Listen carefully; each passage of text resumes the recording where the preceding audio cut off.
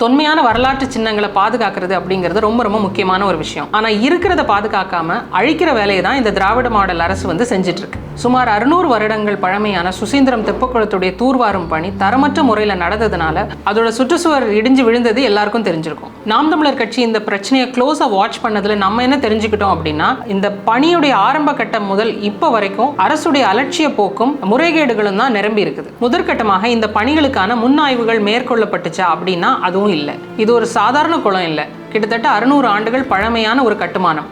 இந்த இடத்துல ஒரு தூர்வாரும் பணி நடக்கும் பொழுது பொறியாளர்களை கொண்டு வந்து, தொல்லியல் துறையிலிருந்து ஆய்வாளர்களை கொண்டு வந்து இந்த குளத்தை பற்றின ஒரு விரிவான ஆய்வு நடத்தப்பட்டிருக்கா அப்படின்னா இல்லை. குளத்துடைய தன்மை எப்படி இருக்குது, அந்த கற்களின் ஸ்ட்ரென்த் எப்படி இருக்குது, அதே வேளையில் அதோடைய சுற்றி இருக்கக்கூடிய சாண்டுடைய ஸ்ட்ரென்த் எப்படி இருக்குது அப்படின்னு பார்த்தா அந்த ஸ்டெபிலிட்டி செக் அவங்க பண்ணவே இல்லை. இப்போ இருக்கக்கூடிய கால சூழலில் இந்த தூர்வாரும் பணி மேற்கொள்வது கரெக்டா அப்படிங்கிற அந்த ஒரு வெதர் கண்டிஷனையும் அவங்க வந்து அனலைஸ் பண்ணலை. இரண்டாவதாக எக்ஸிக்யூஷன் ஃபால்ட். அந்த ஒப்பந்ததாரருக்கு வந்து முன் அனுபவம் இருக்குதா, இந்த மாதிரியான ஒரு வரலாற்று மிக்க குளங்களை தூர்வாரின முன் அனுபவம் இருக்குதா அப்படின்னா அதுவும் இல்லை. அவருடைய இந்த தூர்வாரும் பணி எப்படி இருந்துச்சு அப்படின்னா மிகவும் முறைகேடாகவும் தரமற்ற முறையிலையும் இருந்தது. ஆஸ் பர் கான்ட்ராக்ட் அவங்களுக்கு என்ன மாதிரியான ஒப்பந்தம் கொடுக்கப்பட்டிருந்துச்சு அப்படின்னா, கிட்டத்தட்ட ஒரு 2 அடி வந்து தொழிய தூர்வாரணும் அப்படிங்கிற கான்ட்ராக்ட் கொடுக்கப்பட்டிருந்த இடத்துல அவங்க வந்து அளவுக்கு அதிகமாக வண்டல் மண்ணை எடுத்து களவாடி கடத்திருக்கவும் செஞ்சிருக்கிறாங்க.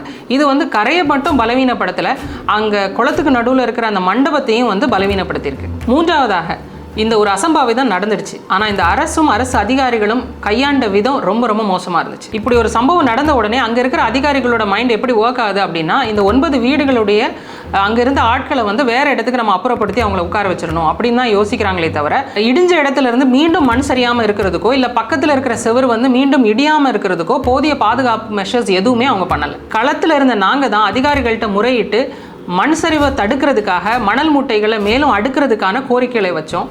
நாங்கள் வச்ச கோரிக்கைகளை கூட அவங்க இரவு தான் அதை வந்து நிறைவேற்றினாங்க.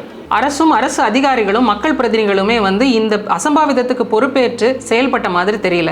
அவங்கள காப்பாற்றிக்கிறதுக்கான எல்லா முயற்சிகளையும் அவங்க மேற்கொண்டுட்டு இருந்தாங்க. இந்த மாதிரி இவங்களுடைய பொறுப்பற்ற தன்மையும் முரணான கருத்துக்களும் மேலும் மக்களுக்கு வந்து ஒரு குழப்பத்தை தான் கொடுக்கும். நான்காவதாக, இந்த மாதிரியான அசம்பாவிதங்கள் மறுபடியும் நடக்காமல் இருக்கிறதுக்கு இந்த அரசு ஏதாவது நடவடிக்கை எடுத்திருக்கா அப்படின்னா அதுவும் இல்லை. உதாரணத்துக்கு இந்த அரசு துறை சார்ந்த அதிகாரிகள் மேலேயோ ஒப்பந்ததாரர்கள் மேலேயோ நடவடிக்கை எடுத்திருக்கணும். ஆனால் இது வரைக்கும் எந்த விதமான நடவடிக்கையும் எடுக்கலை. இப்படி இருக்கிற அரசு மேலே எப்படி எங்களுக்கு நம்பிக்கை வரும்? பழமையான வரலாற்று சிறப்பு மிக்க அடையாளங்களை எப்படி பராமரிக்கணும், எப்படி சீரமைக்கணும் அப்படிங்கிற ஒரு பேசிக் புரோட்டோகால் கூட இருக்குதா இந்த அரசு கிட்ட அப்படின்னா தெரியல. சீரமைக்கிறோம் அப்படிங்கிற பேரில் வந்து பழமையான சுவர்களுக்கு மேலே கட்டுமான பணிகளை மேற்கொள்றது, தூர்வாரோங்கிற பேரில் அளவுக்கு அதிகமாக மண்ணை எடுத்து கடத்துறது, இந்த மாதிரியான விஷயங்கள்லாம் இல்லாமல் முறையாக எப்படி இந்த சின்னங்களை பாதுகாக்கணும் அப்படிங்கிற ஒரு வரைமுறை இருந்துச்சுன்னா இன்னும் நல்லா இருக்கும். நாம் தமிழர் கட்சி சுசீந்திரம் இளைஞர்கள் நல அறக்கட்டளை மூலமாக இணைஞ்சு சட்டப்பூர்வமாக இந்த இஷ்யூவை வந்து நாங்கள் ஹேண்டில் பண்ணலான்னு இருக்கிறோம். எங்களோட கோரிக்கை என்னவா இருக்கு அப்படின்னா, சட்டப்பூர்வமாக அதிகாரிகள் மேலேயும் ஒப்பந்ததாரர் மேலேயும் வழக்கு பதிஞ்சு நடவடிக்கை எடுக்கணும். எங்களோட இரண்டாவது கோரிக்கை என்ன அப்படின்னா, அந்த குளத்துல இருந்த பழமையான கற்களை பயன்படுத்தி பழமை மாறாம மறுசீரமைக்கப்படணும்.